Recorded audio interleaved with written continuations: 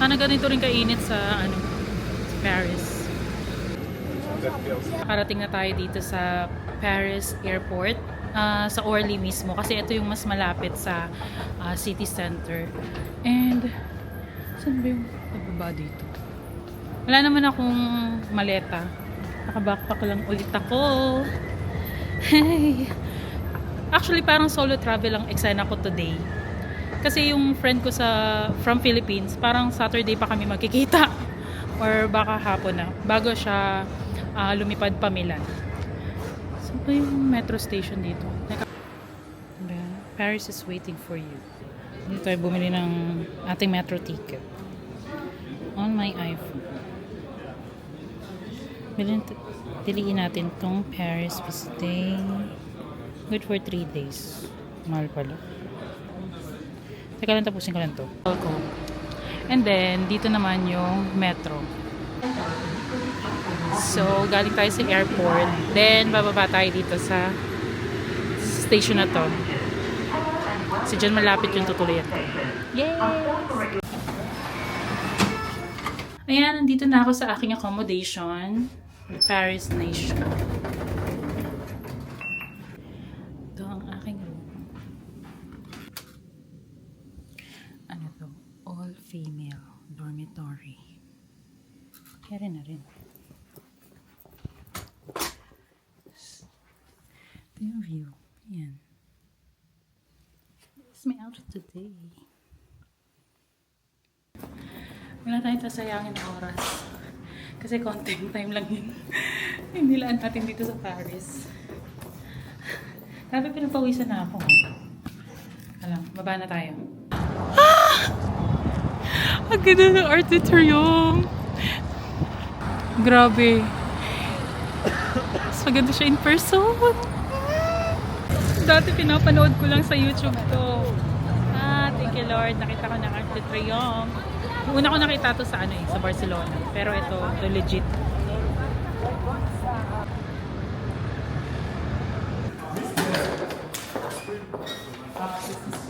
Yan. Ano name mo ulit, girl? Denise, Si Denise. I love you, Osmo. Hey! Diba? Pumunta ng Paris para manood ng sine. Ano lang to sa vlog ko to mismo. Very fantasy.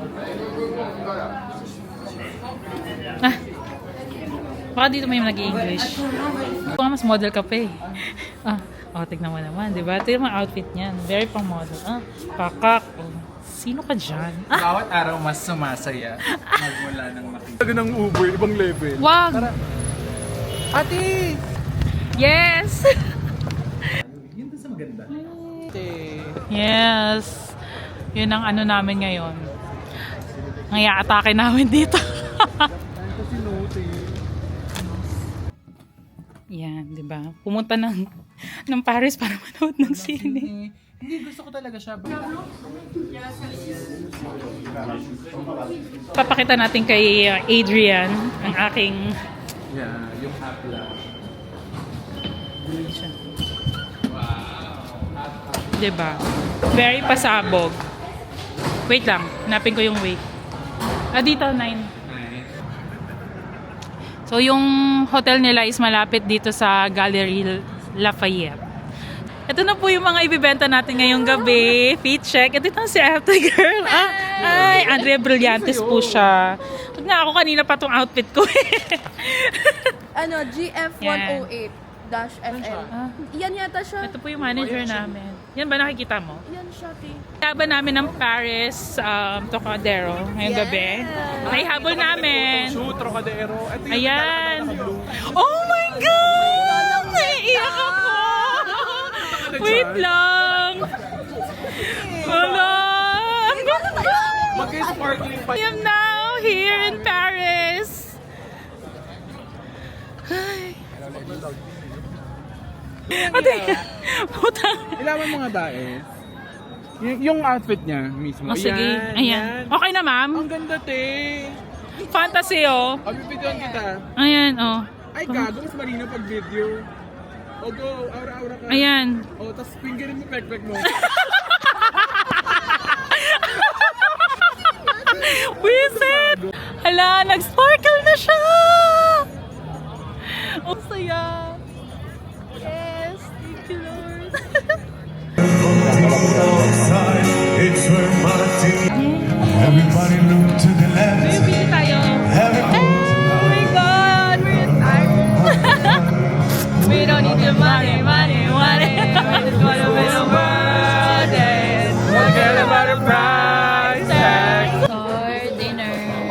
Wait lang, Bea. Wait, wala tayong plate. Wala tayong plate. Kaya nga eh, hingi tayo. Aga ko nagising. Kahit late na kami umuwi kaninang madaling araw kasi meron akong na-book na photoshoot this early morning. Kaya lang medyo makulimlim pero buti na lang hindi natatakpan ng clouds yung Eiffel. Tingnan niya. Diba? Max-shoot pa rin natin yan. Ito lang ang outfit ko today. Actually, ito lang naman yung fur na jacket na dala ko kasi naka-backpack lang ako, diba? Pero, outfit ko ngayon, Korea-Koreana tayo. Kahit nasa Paris. Ang saya dito. Feeling ko babalik ako dito. Hindi ko pa alam kung kailan. Pero this year. Sa mga nagpo-photoshoot, dito talaga yung madalas na kitaan actually. Kahit sa Klook, tapos get your guide.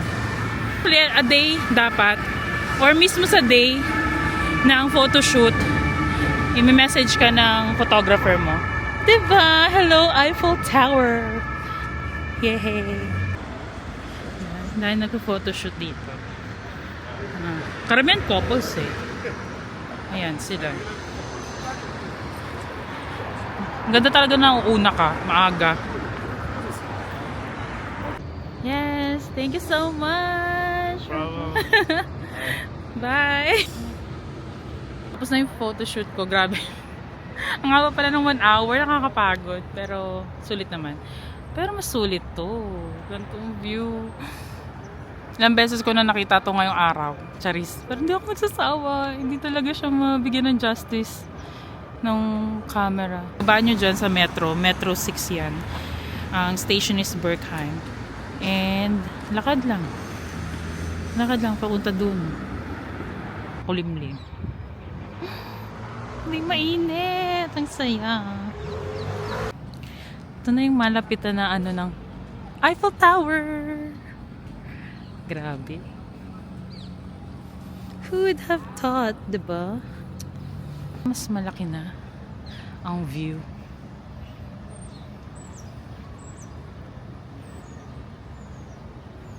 Mas malapit na kuha ng Eiffel Tower. Oh my gosh, ang laki niya. Grabe. Hirap mag-picture. Pag bet niyong pumasok dyan sa loob. Mas meron dyan second, third floor. Meron din dyang restaurant. Yan. Tagsibol na. Grabe, halos wala pa akong tulog. Yan. Haba ng pila, papasok. Dito. Pasok dyan. Pero parang mabilis lang naman ang daloy ng pila. Naga lang, pumuna ako. Pahinga muna tayo. Nakapagod mag-photoshoot. Charis. Para tignan nyo naman ang aking view today. O, diba? From Pasay to Paris ang atake.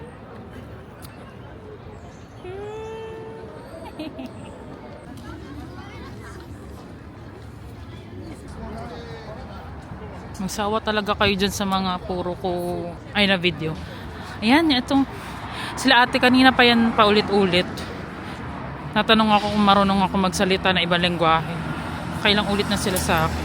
Ako ay babalik muna sa bahay. Ay, sa aking accommodation. Kasi mapagod na ako. Ano meron doon? Wala pa ako halos tulog. Antok na ako. Nag-iisip pa ako kung pupunta pa ako ng Disneyland. Pero kasi nakabili na ako ng ticket eh. Sige muna. Magganap-ganap muna tayo dito. Yes!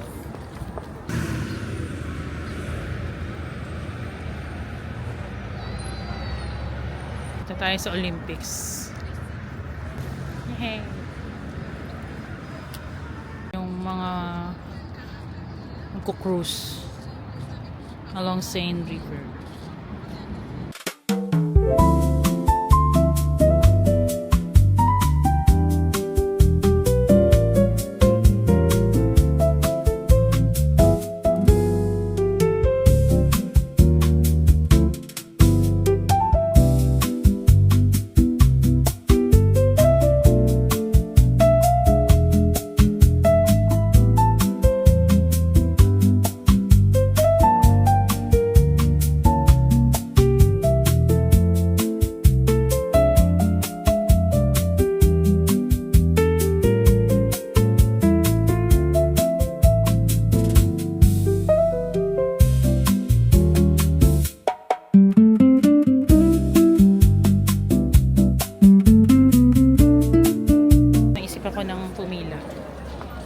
dami nating time. Ang oras na ba? 5:36 pa lang. Maliwanag pa rin. Kita natin yung loob. I'm so excited. Shucks, dito pala. Very intricate na. Ang bumubulong.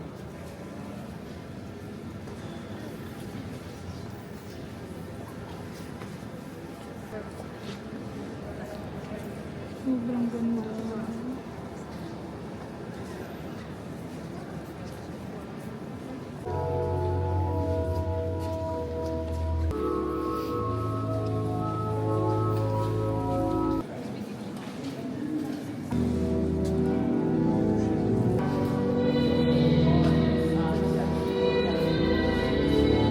Ito tayong dollar.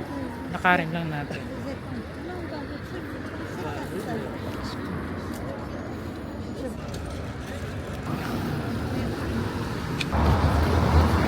Na lang nasa dollar na ako.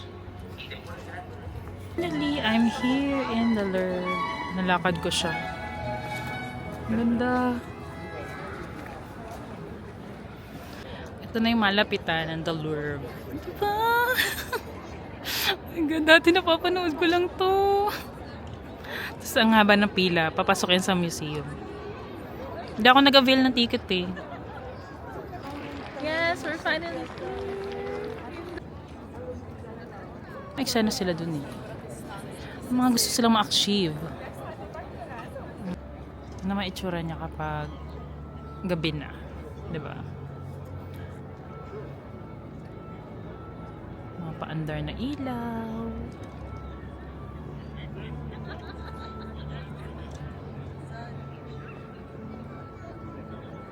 Ganda.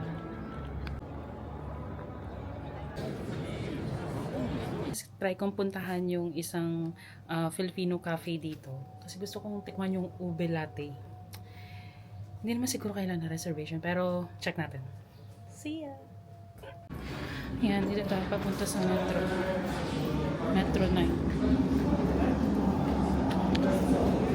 Very Parisian na cafe. So, bababa tayo sa Overcup station.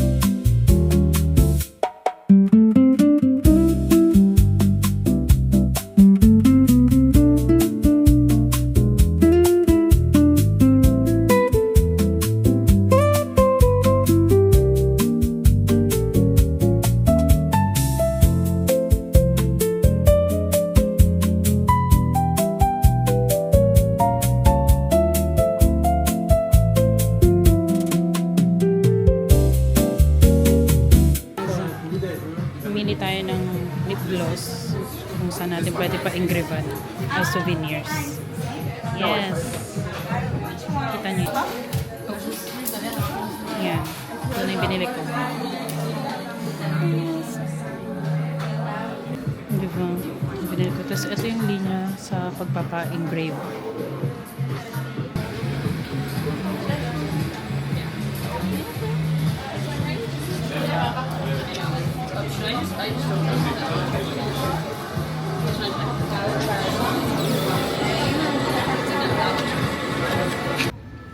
Diba, ang ganda niyang ano, pang souvenir o kaya gift ba.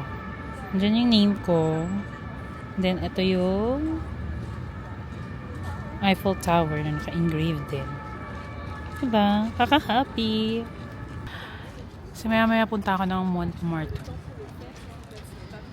Chill na chill.